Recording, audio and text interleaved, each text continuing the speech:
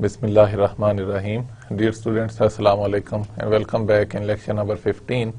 Our today's topic is almost similar with our previous topic that was about Mudaraba. We are studying Islamic modes of financing, and in this lecture we are going to discuss some situations, particularly about the profit distribution situations.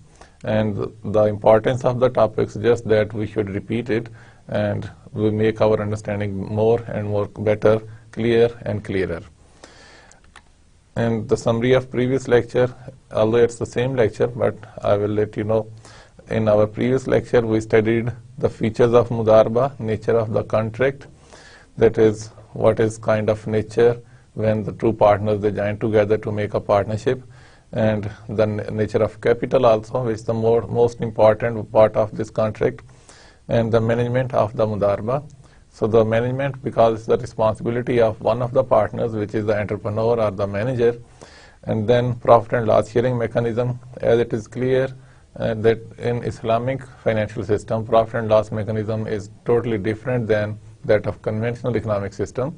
So we will study the details and the different situations also where the profit distribution or the allocation of profit can be possible under different circumstances. And then the termination of Mudaraba, how a Mudaraba contract can be cancelled or terminated.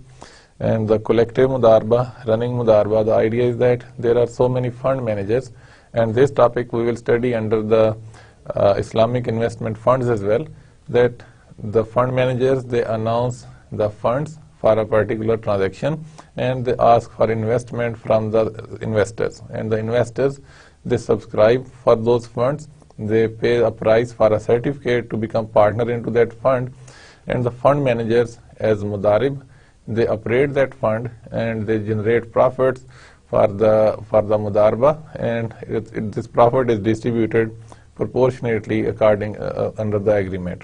And the learning outcomes of today's lecture is that after this lecture you should be able to understand the relationship of profit and loss distribution under different situations. So this is those situations we will be discussing in this lecture. So first of all, let me again introduce you the Mudaraba. This is a kind of partnership between the two partners wherein one partner provides capital, the other partner provides managerial resources. So we have studied in the factors of production that monetary sources are the consumed inputs. They will be converted into capital inputs or the factor inputs, and the human resources, they are also taken as factor input. So the capital provider who provides cash, or it may be in any kind, the capital can be any kind, so that capital and the human resource both are factor inputs. Then they start a Mudaraba or a business. They become partner into that. So one partner provides capital, although initially it is in the form of money or the paper currency, but it is converted into capital, into factor input. So that factor input, and then the human resources, that is also a factor input. So both factor inputs, they join together to form a Mudaraba. So that makes the basis of profit sharing distribution. Otherwise, it might sound strange that one partner provides capital, the other partner provides human factor or the labor, and still they can share the profits in a higher proportions. And the investment comes from one of the partners, which is known as Rabbul Mal, and the manager is known as Mudarib. And then there are a number of features for the governing of Mudaraba. For example, nature of the contract, capital, management of the Mudaraba, profit and loss sharing mechanism. So first of all, we will discuss the nature of the Mudaraba contract. So generally, Mudaraba contract allows the partners to withdraw from the contract unilaterally, and however, this contract cannot be terminated because any venture that takes place may be for a particular time period, or it may be for a specific venture. And when that specific project is finished, the Mudaraba contract automatically finishes. And before that, unilaterally, you cannot withdraw if it is for a specific time period. But if it is not mentioned in the contract that this Mudaraba is going to end on such and such time, then at any time, by serving the due notice, any of the partners, they can withdraw from this contract. Now, one of the most important features of Mudaraba and Musharaka contract is the capital. So, what kind of capital is eligible to be contributed, how it should be contributed. So, these details we will discuss in this feature of Mudaraba contract. The capital shall be contributed by the capital provider and shall be managed by the manager to generate income. And the capital of Mudaraba may be in the form of monetary or non-monetary sources. So the Mudaraba capital can be in any kind. It may be in monetary terms, that a cash is contributed and later on cash is converted into capital. Some raw materials may be purchased, some commodities can be purchased, some machinery can be purchased, some vehicle or any asset can be purchased with that monetary resources. And it can be in the capital equipment form as well. It may be in the form of a building, it may be in the form of a house, it may be in the form of a vehicle or any nature of asset that can also be contributed in the capital of Mudaraba. And monetary assets of different currencies shall be valued according to an agreed currency at the time of signing the Mudaraba contract.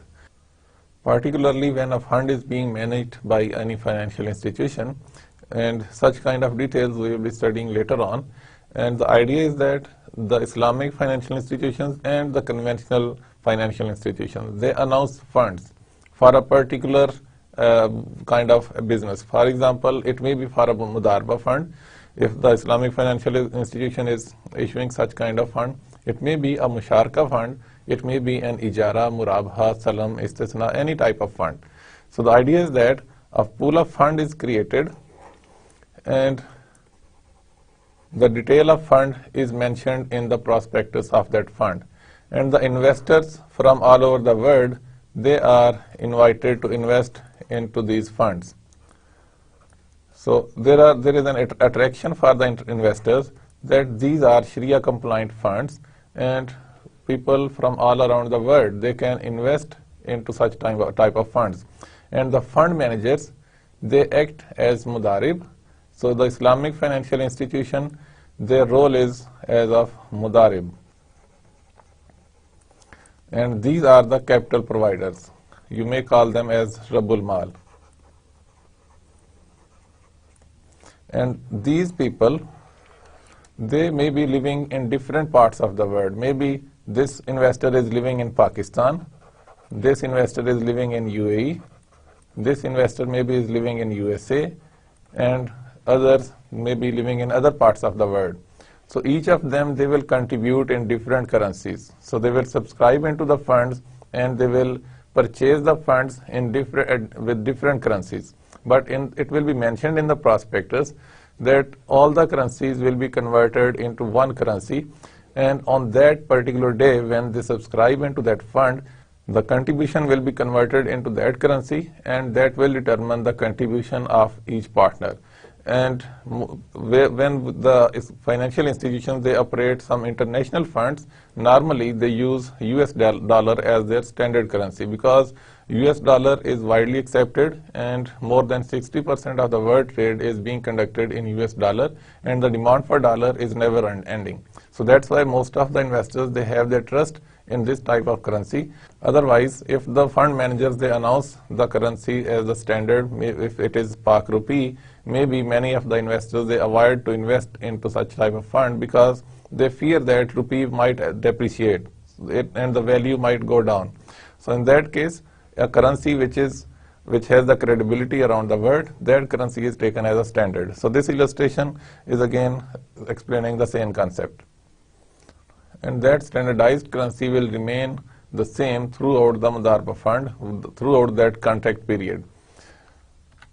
And the capital in the form of non-monetary assets, for example, the vehicle, the building, or any equipment, which may include intangible assets, shall be valued based on the valuation determined by a third party or as agreed upon by the contracting parties at the time of contract. Now the contribution can be in the monetary terms, it can be in the form of tangible assets, but it can be in the form of non-tangible assets. When we say non-monetary assets, it may be in the form of patents, brand names, trademarks, things like that. Value of monetary assets is determined, and the value of non-monetary assets, the tangible and intangible or non-tangible assets, it will be, their price will be determined, and a third party services can be hired or as per agreement between the capital provider and the Mudarib. And then non-monetary Mudaraba capital contributed may be redeemed at its original value invested should it be possible, or otherwise its residual market value upon termination or expiry of the contract. Now the contribution can be in the monetary terms and in the non-monetary terms. In non-monetary terms, if the tangible assets are contributed, suppose a building is contributed in the capital or some vehicles are contributed in the as capital, so their value at the time of contribution and their value at the time of expiry of that contract will be different. So it can be agreed that at the time of expiry of the contract, what value should be agreed. If it is agreed that at the time of contribution their value will remain the same even at the end, so their value at the time of contribution will be taken as their value at the end of the contract. But in most cases it is taken as the market value of the assets at the expiry of the contract.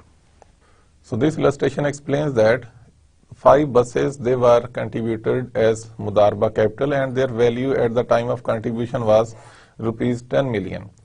And based on the prevailing market value, and the company should manage the operations of these buses. Upon termination of the contract, Mudaraba capital may be valued at its original value. Original value is the 10 million or the residual market value as per agreement in the contract. So residual market value will not be same as that of the original value. So the residual market value will be determined at the time of expiry of the contract. Maybe the contract is for 1 year, 2 years, 3 years, or maybe even longer period. So at that time, the market value naturally would be less because the asset has been used and depreciation has taken place. So both of these possibilities can be agreed in the terms and conditions between the capital provider and the Mudarib. And the debts such as accounts receivable or loans due to a capital provider don't qualify as capital for Mudaraba. And this is same in case of Musharaka as well, that any debt claims which are the receivables, they can't become part of capital in case of Musharaka and Mudaraba. And the agreed capital shall be made available to the manager to commence the business activities. So when a capital is agreed, so that capital should be provided to the Mudarib as per agreement. And if it is agreed that capital will be provided before the business starts, then it should be provided before the business starts. And if it is agreed that on different stages of the business, capital will be issued, so it should be issued according to the terms and conditions mentioned in the agreement. So in Mudaraba context, there can be another condition that the capital provider may withdraw his or her capital during the contract period gradually. So the withdrawal of capital can take place in 2 forms. One is that the capital provider may sell its share, his or her share, to a third party, or the Mudarib can also purchase the share of the capital provider. So in that case, when the Mudarib purchases the share of the capital provider, so gradually they become partners because both of the partners, they have their capital into that business. And the capital can be withdrawn by selling the share to a third party and by selling the share to the Mudarib as well. Now when the terms and conditions have been agreed and the capital should be provided according to the agreement, and the capital provider fails to provide capital as per agreement, so in that case this is a breach of promise and it may lead towards the termination or cancellation of the Mudaraba contract. But both the parties, they can agree on the existing conditions. For example, a part of capital has been provided and the capital provider failed to provide the remaining capital which was promised. So in that case, they both can agree on some new terms and conditions with the contributed capital. If the Mudarib agrees to operate with the contributed capital, partially contributed capital, then they can enter into some new terms and conditions and they can continue the Mudaraba contract. And when the agreement is terminated, so in that case, the capital of the capital provider, that is the Rabbul Mal, should be paid back to the Rabbul Mal. So this is and the capital is outstanding and it is due from the Mudarib. Mudarib must return that capital. But if the liabilities of the business, of that Mudaraba business, are more than the capital provided by the Rabbul Mal, in that case Rabbul Mal is only liable to the limit that capital has been provided by the Rabbul Mal. And if something is left, that is liability on the Mudarib to pay it back to the Rabbul Mal or the capital provider.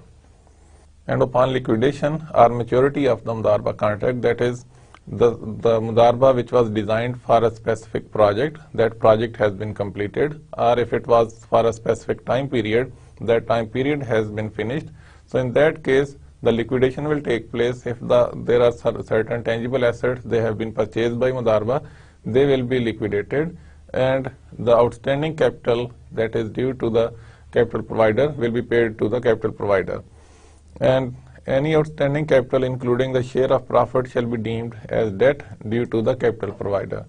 So this will be kind of debt and it will be paid back by the Mudarib, not only the capital contribution but any profit which is also due and that is also a liability or as a debt on the Mudarib. And the manager shall not guarantee the Mudaraba capital. So this is one of the important points, and we have discussed it in the later slides, in the later topics as well, that nobody can guarantee the Mudaraba capital contribution. But in certain cases, we have seen that governments are considering them as a third party. They provide guarantee in such kind of entrepreneurial activities, just to promote the entrepreneurial activities or to promote the businesses or to motivate the people to engage into business activities. The governments, they provide such type of guarantees that the capital, they are guaranteed. You invest into a business and if you suffer capital loss, that capital loss will be compensated by the government as a third party. But there has been some observations, some objections, or there is a controversy, you may say, that government is a trustee of public fund. The government is a trustee of public fund and government is having the funds contributed by all the taxpayers. It's a public fund. And how come government, being trustee of the other people's fund, can use that fund to guarantee the losses of some business entities or some people? So this is objected and it doesn't seem moral. And then the capital provider may require the manager to arrange for an independent third party performance guarantee. And then the capital provider, because he or she is facing the maximum risk, or the Islamic financial institution is facing the risk here, so they may ask for some guarantee, the performance guarantee of the manager, that the manager will be working according to the spirit of that Mudaraba. And the guarantee shall be executed as a separate contract and be utilized to cover for any loss or depletion of capital in the event of misconduct, negligence, or dishonesty, fraud, or breach of terms or the contract by the manager.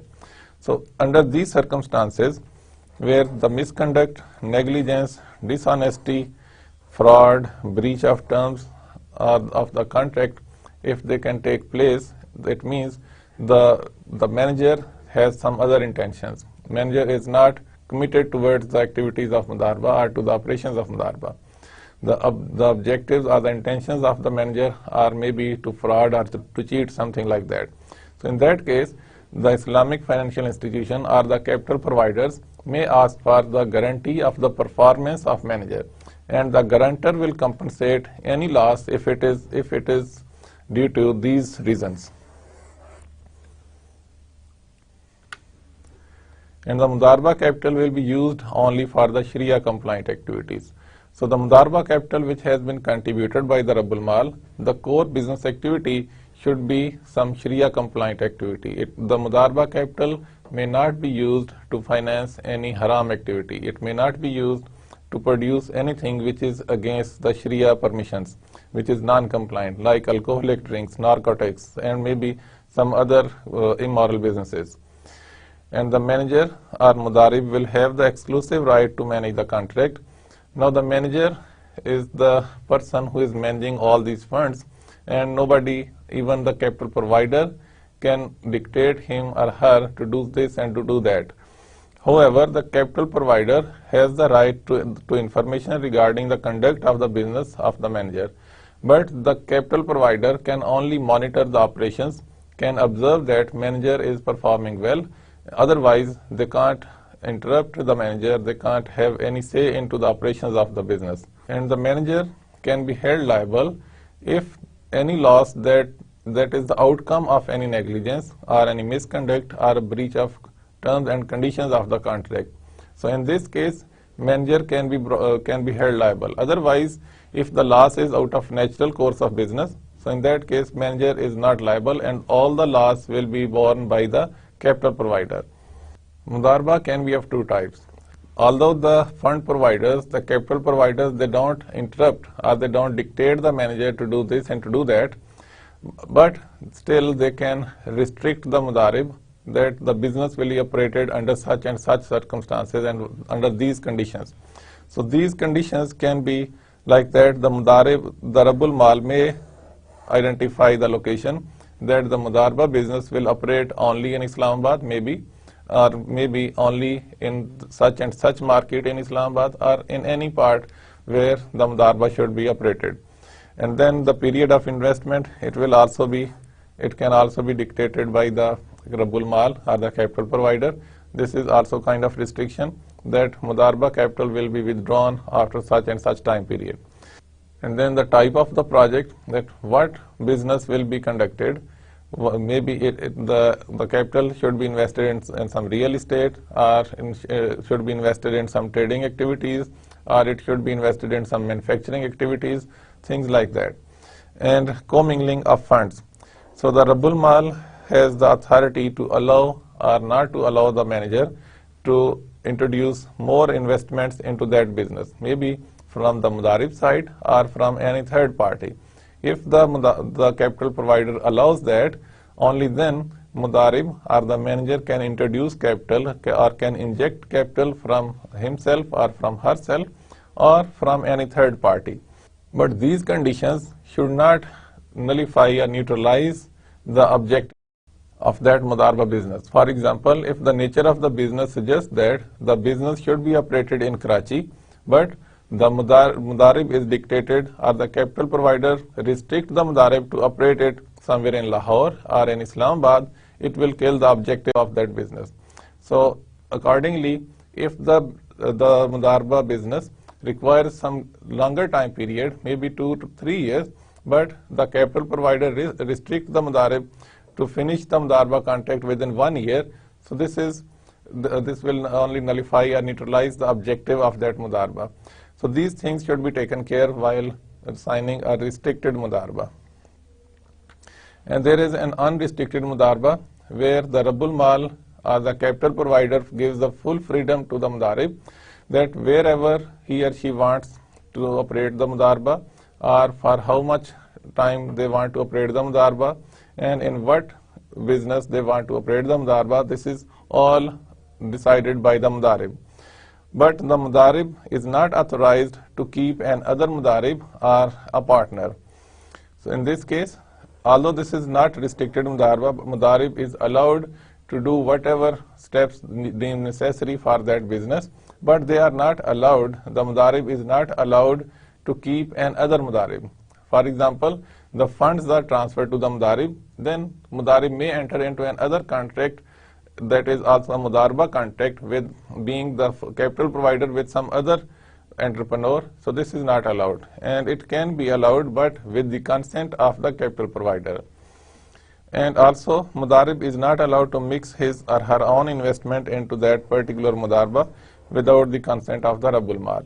So again, Mudarib under no circumstances is allowed to mix the other's fund or even his or her own fund into the Mudarabah operations, but a prior approval or the consent of the Rabbul Mal should be required here, and if the Rabbul Mal allows, only then the other funds or other investments can be introduced into the Mudarabah fund. And the nature of the contract suggests that it is a single-tiered Mudarabah or it's a multi-tiered Mudarabah. We have the example that in banks we have deposits. In Islamic financial institutions particularly, the deposits, they come from different depositors.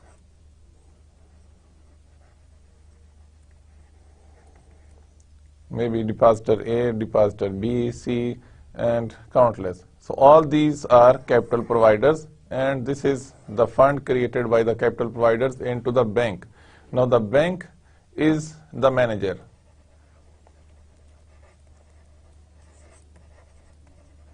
And the relationship between the bank and these depositors is the first tier Mudaraba, or the single tier Mudaraba. So these are the capital providers, and the bank is Mudarib. And on the other hand, when bank enters into contract with the clients on the basis of Mudaraba, now bank becomes the capital provider. Now there are multiple tiered Mudarabas. This is a second tier of Mudaraba. And if bank allows their clients to enter into another Mudaraba contract, then there will be maybe a third tiered Mudaraba. So these are the multi-tiered Mudarabas, and this figure will further elaborate it that first of all, bank has a relationship with these depositors.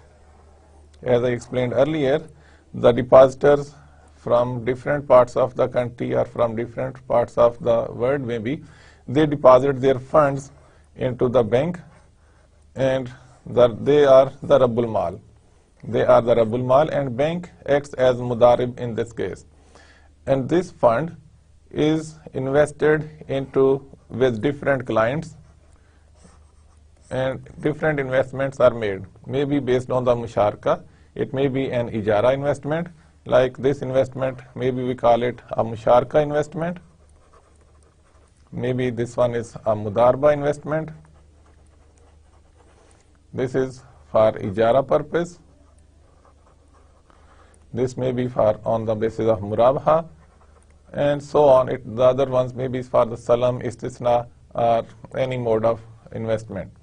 So in this case, when the bank enters into any other Mudaraba contract, so it may not be only a single Mudaraba contract, there may be multiple clients, countless clients, and with many of those clients, the bank enters into Mudaraba contract.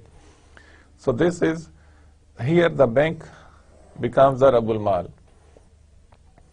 When the bank becomes Rabbul Mal and the clients, they become the Mudarib here. So these are the example of two-tiered Mudaraba. Now the profits, they are derived from all these investments, maybe from Musharka, Mudaraba, Ijara, Murabaha, and maybe the bank invests into some real estate, bank may invest into some stocks, equity investment, and the incomes, they are derived, maybe losses, they are also result of those investments, and then bank adds them up all. There might be some deductions as well in case of loss, and the total profits, they are then added up, and the share of bank is determined. Suppose the bank deducts about, let's say, 20%, and 80% is divided in between the bank and the depositors. But before that, out of this income which is derived from the Mudaraba or Musharka, the bank has his share. Suppose in case of Mudaraba investment, bank has a share of, the Mudarib has 30% and bank has 70%. So then this 70% is distributed in the form of 20% and 80% between the depositors and the bank. So this chart elaborates the example of multi-tiered Mudaraba or two-tiered Mudaraba, and this tier can further continue. For example, when the investment in the form of Mudaraba is provided to any Mudarib, that Mudarib now that Mudarib further assumes the role of Rabbul Mal, and if the bank allows, they may enter into another Mudaraba contract with the that will be a third tier of Mudarib. So these multi-tiered Mudarabas are possible, but with the consent of the Rabbul Mal. So this illustration will further elaborate the idea of multi-tiered Mudaraba, that a Mudaraba capital fund subscribed by investors specified that the fund is to be proportionately invested 30% in Sharia-approved equities, 30% in skooks, and 40% in real estate. So the fund manager, they ask for funds from the investors. And in the prospectus they have mentioned that all the funds which are deposited or contributed by the Rabbul Mals or the capital providers, those funds will be invested 30% in the stocks which are the Sharia approved stocks, and then 30% in Sukuk and 40% in real estate. And they have a portfolio of investment in the real estate, in the Sukuks, and in the Sharia approved equities. Now there are three types of relationship when the bank appoints manager for each kind of investment. For example, first of all, the capital providers, which are the subscribers from all over the world or maybe from different parts of the country, they contribute in a pool of fund. And then the fund manager, they appoint 3 different managers to engage into all these activities. For example, 30% in Sharia approved funds, a manager is hired. Now there is a relationship of there is a Mudarabah contract between the fund manager and the manager here, which will manage the investment into the stocks. And then again there is a Mudarabah contract between the fund manager and the manager, which will invest into Sukuks, 30% into Sukuk. And then another Mudarabah contract with the manager who will invest into real estate, 40% of the fund. So then we have first Mudarabah here, and this is the second tiered Mudarabah, or we may call it the multi-tiered Mudarabah. So these are the examples, and profits will be derived and they will be shared between the managers and the fund manager. And then from all these activities, profits will be shared, and the profits will accumulate from different investment activities. Now according to the prospectus, according to the agreement, the profit sharing ratio will be mentioned on it, and these profits will be shared again between the fund manager and the capital providers. And another important thing is that the fund managers, they operate funds which are contributed by different capital providers. And those capital providers, they have a relationship of a partnership. They have a kind of musharaka, and according to their capital contribution, they will share in the profits. And according to their capital contribution, they will share in the losses as well. Now the distribution of profit and loss. It is necessary for the validity of Mudarabah that the parties agree right at the beginning on the definite proportion of actual profit which each one of them is entitled. So as it is mentioned in the Musharaka contract as well, and also in this Mudarabah contract, that profit sharing ratio will be agreed at the time of contract, and they can share the profit as per their agreement at any ratio, irrespective of their capital contribution. However, in the case the parties have entered into Mudarabah without mentioning the exact proportion of the profit, so it will be presumed that they will share the profit in equal ratios. And if in the contract it is not mentioned that what is the share of manager and what will be the share of capital provider, in that case it will be assumed that both will have 50% each. They will share the profits equally. And some incentives may be given to the Mudarib, but just to make sure that Mudarib will operate with full spirit, with full commitment, and some incentives may also be given. For example, if the profit goes above such and such level, from the above limit, the whole of the profit might be given to the Mudarib, and there might be some percentage that can be associated with that extra profit. So these examples we will be discussing in the later part. Then, apart from the agreed proportion of the profit, the Mudarib cannot claim any periodical salary or a fee or a remuneration for the work done by him on that behalf of Mudarabah contract. Then a share has been announced between the parties, that 50% each, for example. So in that case, no further profit can be associated to any of the partner. For example, any salary cannot be paid to the manager, or any percentage of the capital contribution cannot be promised that it must be paid to the capital provider. Then termination of Mudaraba, as it was mentioned in the beginning, both the parties, they have the right to quit from this contract unilaterally, but if it is for a certain time period, or if it is for a specific project, in that case, they cannot quit unilaterally. And the termination of the Mudaraba contract means that Mudarib cannot engage into further business activities on behalf of that Mudaraba contract. They cannot make any purchases, or they can liquidate the existing assets. And then collective Mudaraba. Collective Mudaraba means a giant pool created by many investors and handed over to a single Mudarib, who is normally a juristic person. So again, the concept is same. Just we have discussed before that Mudaraba fund is created by fund managers. But in this case, collective Mudaraba means the group of friends or a group of people, they can create a pool of fund and they nominate a juristic person, an honest person, or a professional to manage those funds. And they have a relationship with the manager as that of Mudarib on the basis of Mudaraba, but between themselves they are partners. All those people who contributed in that pool of fund, they are partners and they will have a contract of Musharka. But with the manager, they will have a contract based on Mudaraba. And then there is running Mudaraba, that a Mudaraba business is going on and the people, they can come and contribute into that pool of fund, or they can purchase a share of the existing partners, and the partners into that Mudaraba contract, they can leave out. For example, we had that collective Mudaraba we discussed in the previous slide. So the partners into that pool of fund, they can sell their share to the existing partner, or they can sell their share to some third party as well. So when a Mudaraba is running, in that case, people will come and people will go. They will invest and they will withdraw their investments.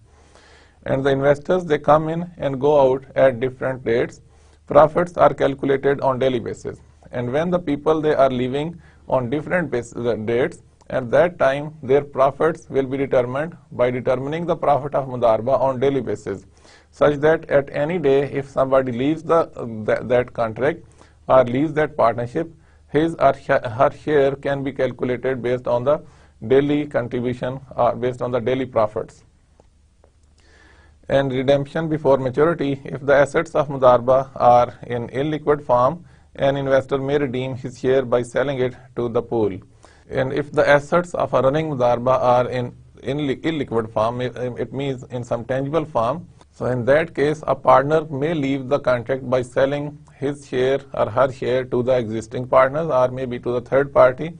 But if the assets are in liquid form, a provisional amount may be given to him subject to the final settlement. So at the time when they want to quit the contract, a provisional amount will be given, but later on the final settlement will take place. Now there are different illustrations elaborating all the discussion we had about this topic, and actually we discussed it same as that of our previous lecture. But just to make you clear about these situations, that under different situations we will distribute the profits differently. So here illustration is that lump sum profit share in Mudaraba venture. A Mudaraba agreement begins with a simple profit sharing ratio of 50-50. The capital provider further specifies that should the venture achieve a target profit above 100,000, the capital provider will keep the first 100,000 with the balance to be given to the manager during the contract period. And if the profit is 80,000, the profit share to the manager and capital provider each is rupees 40,000, that is based on 50% each. If the profit is 150,000, the profit share of the manager is 50,000 and the profit to the capital provider is 100,000. So in this illustration you can see that the incentive for the manager is that if the profits they go above 100,000, then any amount above 100,000 can be the share of the Mudarib. But if it is below 100,000, then it will be shared 50% each.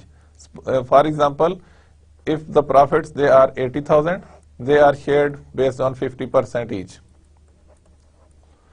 But if the profits they go beyond 100,000, So that 100,000 will be kept by the Rabbul Mal, and any balance above that, it will be the share of the Mudarib. Now it will be an incentive for the Mudarib to work hard and to earn as much as possible into this portion. And after leaving 100,000 for the manager, for the Rabbul Mal, the manager may earn another 100,000, or the manager may earn another 200,000. Now this is up to the manager how much he or she earns, and this is also possible. Now let's discuss the tiered profit sharing ratio, the case A. It's just that XYZ company entered into a Mudarabah agreement valued at rupees 1 million of Mudarabah capital with ABC Bank at an agreed profit sharing ratio of 40:60. So here XYZ company is Mudarib, and capital that has been provided by the ABC Bank, it is 1 million. And in the case A, it's just that in addition as an incentive for XYZ company, so in addition to this profit sharing ratio, as an incentive to the XYZ company, the manager of the ABC Bank stated that if the XYZ company could manage to generate a return of more than 15% of 1 million, then the excess of profit would be allocated solely to the XYZ company. And at the end of the year, XYZ company managed to generate a return of 21%, that is more than which was given as an incentive maximum. So under these circumstances, the distribution of the profit will be as follows. So the profit subject to profit sharing is 15% of the investment. So 15% of 1 million is 150,000. Now to determine the distributable profit, this we can multiply it with 15/21, or simply you can determine it by 50% of the capital provided. So this is 150,000. And this 150,000 will be divided as per profit sharing ratio agreed between the Mudarib and the capital provider. So that is 40% for the Mudarib, and also the profit which is more than 150,000, that is the share of Mudarib, because this was an incentive.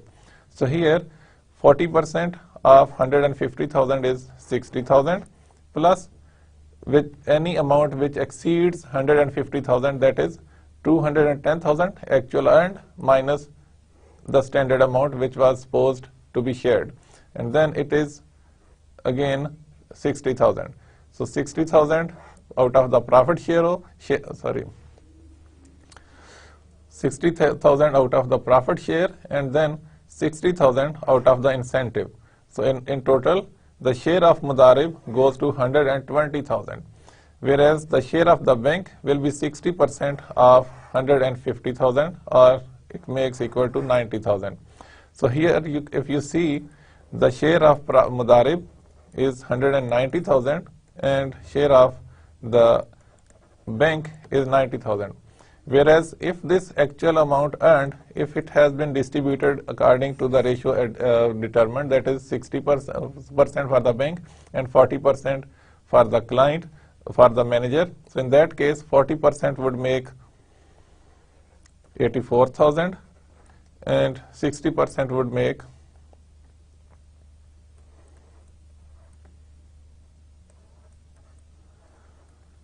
126,000. But just to give an incentive to the manager, the share of manager can be increased if it goes beyond a certain limit.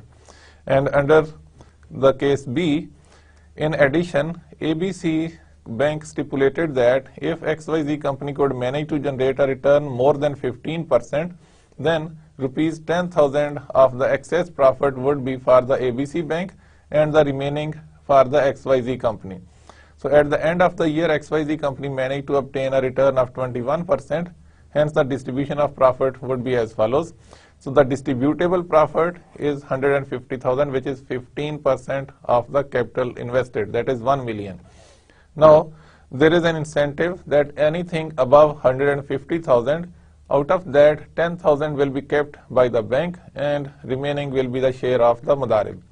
So in this case, 60% of the 150,000 will be the share of bank plus 10,000 of the profit exceeding 150,000.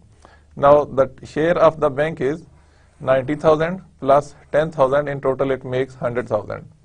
And the share of Mudarib, 40% of 150,000, and the balance of profit exceeding 15% that was distributed in, the balance was exceeding 60,000, and out of that 60,000, 10,000 has been allocated to the bank.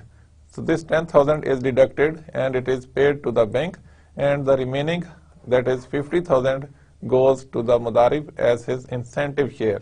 So according to the Mudarabah agreement, the share is 60,000, but the incentive share is 50,000. So in total, the Mudarib earns 110,000. So Mudarib can be given some incentives just to promote or to motivate the Mudarib to earn more and more profits.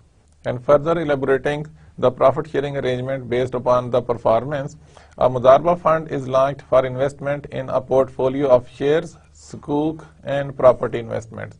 We will study these things in the lecture that is coming later on under the risk, that the managers or the investors, they invest into different denominations of securities and they are known as portfolio investment, and the objective is to reduce the risk.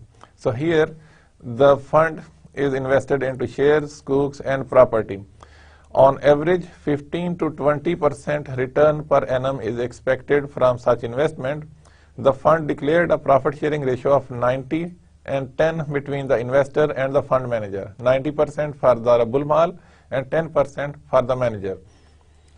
But if the yield is 20% or less for 1 year investment period, the ratio increases in favor of the manager to 80 to 20%. And if the yield exceeds 20% for the same period, the fund size is 100 million. The fund declares a profit sharing ratio of 90 to 10 between the investor and the fund manager if the yield is 20% or less for the 1 year investment period. So if the return is 20% or less, then the profit sharing ratio is 90% for the Rabbul Mal and 10% for the Mudarib. But if the returns increase, the returns exceed 20%, then the profit sharing ratio would be 80 to 20. That is 80% for the capital provider and 20% for the Mudarib. So in this case, this is kind of incentive that the share of the Mudarib can be increased if the profits go beyond a certain limit. And the size of investment is rupees 100 million. So the profits can be distributed under different scenario. For example, scenario 1 explains that if the total expected yield is 20%, how much total profit is shared with the investors. So if it is up to 20%, equal to 20% or less than that, it will be shared 90% and 10%. So the total profit distribution to investors should be 90% of rupees 20 million, which is the 20% of 100 million investment. And it is equal to rupees 18 million for the Rabbul Mal, and only 10% of this, that would be equal to 2 million for the Mudarib.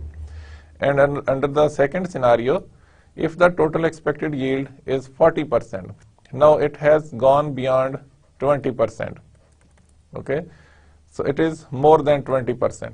How much profit is earned by the manager? In this case, the profit sharing ratio will change to 80% for the Rabbul Mal and 20% for the capital provider. So in this case, share of the Mudarib will increase to 20% instead of 10%, and the share would be rupees 8 million. And the profit sharing arrangement based on investment tenure. So for the investment tenure, that is in the first year, second year, and third year, we can associate, or the performance can be associated for different years. A Mudarabah venture is set up between 3 capital providers and a venture manager who is tasked to manage the business. There are 3 capital providers. They have created a pool of fund, and in between themselves they are partners based on a musharaka contract, and they have hired a manager. They did not hire, they appointed a manager as a Mudarib. So then the venture begins with the profit sharing arrangements of 70% for the capital provider, 30% for the Rabbul Mal, for the Mudarib for the first 3 years, where the manager will receive 30% of the net profit. Should the venture remains viable thereafter, the profit sharing ratio shall revert to 60% for the Rabbul Mal and 40% for the Mudarib. And if the Mudaraba contract can continue after the 3rd year, then the profit share of the Mudarib will increase to 40% from 30%. And then profit determination of the period upon sale of equity claims and dissolution. And under these, there are 3 different scenarios. Let's discuss them. A Mudaraba investment fund valued at rupees 100 million. The Mudaraba capital is 100 million, which is provided by the capital provider. Declared 80% and 20% profit sharing between the investor and the manager. That is for the capital provider or the Rabbul Mal, and 20% for the Mudarib or the manager. So the scenario 1 explains that if the investment declares profit on periodic basis and reported a total fund yield of 10%, investors' profit share is 8 million for the year. And if the returns expected they are 10% of this investment, then it means there will be 10 million returns. So out of 10 million, 80% goes to the capital provider. And the second scenario explains that if at the end of the year 2, based on the net asset value of the investment, fund is sold to third party for rupees 120 million, investors' share of the gain in disposal of the investment is 16 million. Now, if in the 2nd year, if the Mudaraba fund or the capital is sold for rupees 120 million, now the 20 million is the capital profit. That profit will also be distributed according to the agreed ratio. So here again 20 million is the profit, capital profit. Out of it, 80% will be the share of capital provider. It makes equal to 16 million. And the third scenario says that upon maturity of the investment period, the net asset value of the investment is 150 million. The investor's share of the net proceeds of the dissolution includes rupees 40 million profit in addition to the refund of capital of rupees 100 million. So the fund that was invested, it will be recovered by the investors, and then the 50 million is the capital profit. So in this case, capital gain will be distributed again on the basis of 80 to 20% ratio. So here 80% of 50 million rupees will make 40 million, and the share of the investors would be 140 million, and 10 million will be the share of manager.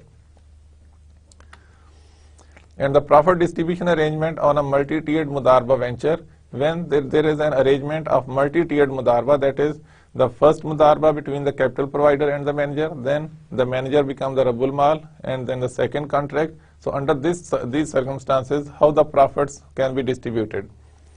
A 1-year restricted Mudaraba fund is fund of rupees 500,000 rupees with a profit sharing ratio of 80% and 20% between the Rabbul Mal and Mudarib. And with this fund, the Islamic financial institution provides 1-year project financing based on Mudaraba with an agreed profit sharing ratio of 70% and 30% between the Islamic financial institution and the customer. So here there are 2 scenarios, that in the first case, bank and the capital provider, they have an arrangement of profit sharing of 80% and 20%. Now bank uses this capital to invest under the arrangement of Mudaraba and appoints any manager or entrepreneur to look after this venture. So the profit sharing ratio between the bank and then that final Mudarib is 70% for the bank and 30% for that Mudarib. And at the end of the year, a profit of 300,000 rupees is recorded from the project. The profit is distributed as follows. The profit can be distributed like that. Now the profits will be distributed like this is the profit, and it will be distributed between the Islamic financial institution and the Mudarib.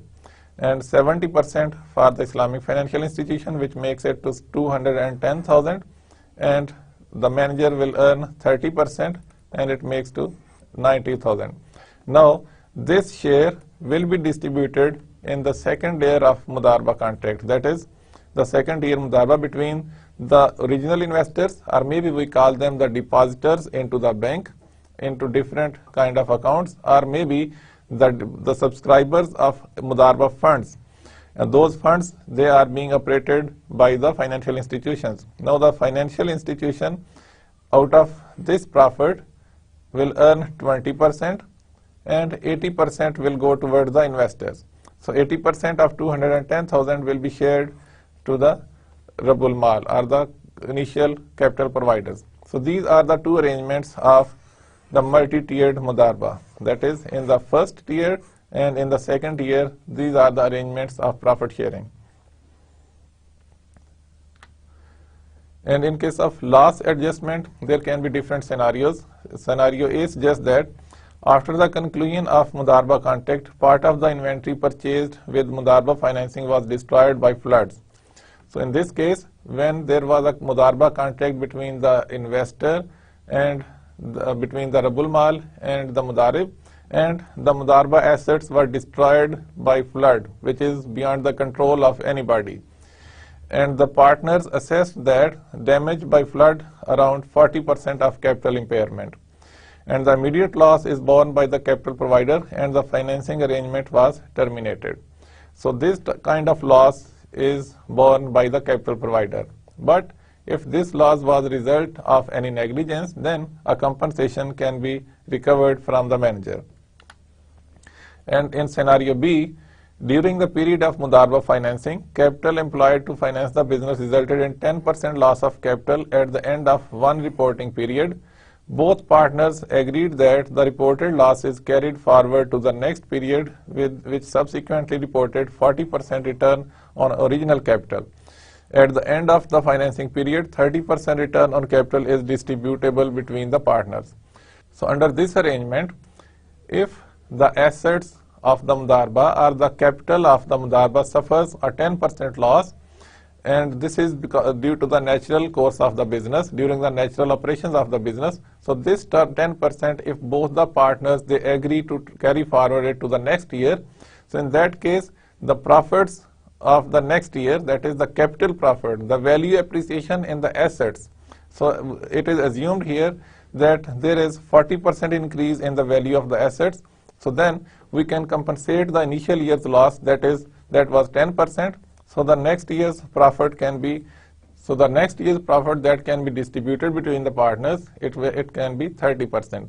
So this is possible that first year's loss, it is out of the natural causes, and it can be carried forward to the next year. And the other possibility is that if the Mudarib doesn't agree to carry forward the loss to the next year, it would mean that that particular loss will be the loss of the capital providers. But for the next year, when there is 40% of the capital appreciation, that 40% will be distributed between the partners, Mudarib and Rabul Mal.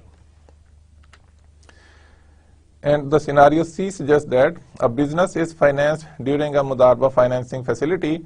The business reported 30% profit over its capital in the previous reporting period.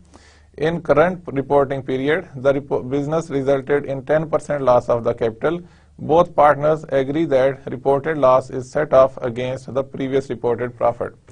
Because you need to keep in mind that capital loss and capital gain, they are only realized when the assets are sold. So this type of loss can only be recorded in the books, and first year we assumed that there was a 10% loss, second year there was a 40% appreciation in the assets, and the net capital gain was 30%, and this year again we assume that there is a 10% loss.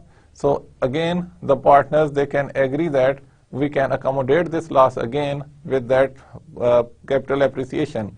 So these are the possibilities, and these possibilities require the consent of both the partners. And the termination of Mudaraba contract, it can have different scenarios. For example, the mutual consent or breach of contract, breach of terms and conditions, negligence or misconduct on part of the Mudarib. So let's see what has been stated here. Mudaraba financing for a period of 2 years provided by an Islamic financial institution to the customer is reviewed quarterly in terms of manager's compliance and performance of the fund. So the period of that contract is 2 years, and the performance of the Mudarib will be reviewed quarterly, that is every 3 months. And in the third quarter of the first year, it was found that performance of the fund exceeds expectations and additional financing was granted. So the performance was going good, and seeing the potential of that business, more investment was made and more investment were released into that operations. And the profit was distributed at the end of the first year, and approved capital remains outstanding in the second year. And then in the second quarter of the second year, the manager activities failed to observe the scope of the financing requirement and thus violated the conditions specified in the contract. And in the second year, while observing the performance of the manager, it was found that manager was involved into some negligences, misconduct or breach of the terms and condition. The customer appealed to ratify and the financing period continued. And in this case, the Mudarib requested to continue the Mudaraba. However, in the third quarter, capital is impaired as 50% of the fund is lost. Now, in the third quarter, the same practice continued, that the Mudarib could not perform up to the expectations, and there was a capital loss of 50%. As a result, the contract is voidable, and the Islamic financial institution has the right to rescind the contract and held the manager liable for any loss due to the violation of the contract. So this capital loss, when it resulted out of the performance of the manager, out of the negligence or breach of terms and conditions of the manager, so these losses can be calculated and the losses can be compensated from the fund manager or the Mudarib. And in this lecture, we studied or we saw some different situations where there can be incentives provided to the fund managers, or there are different situations where the profit sharing ratios can be updated, and under different circumstances, the capital losses, they can be carried forward with the mutual consent, and then if any negligence is found on part of manager or the Mudarib, the Mudaraba contract can be discontinued, and the losses can also be recovered from the manager. So this was all for today's lecture. Inshallah, see you in the next lecture. Till then, Assalamu alaikum.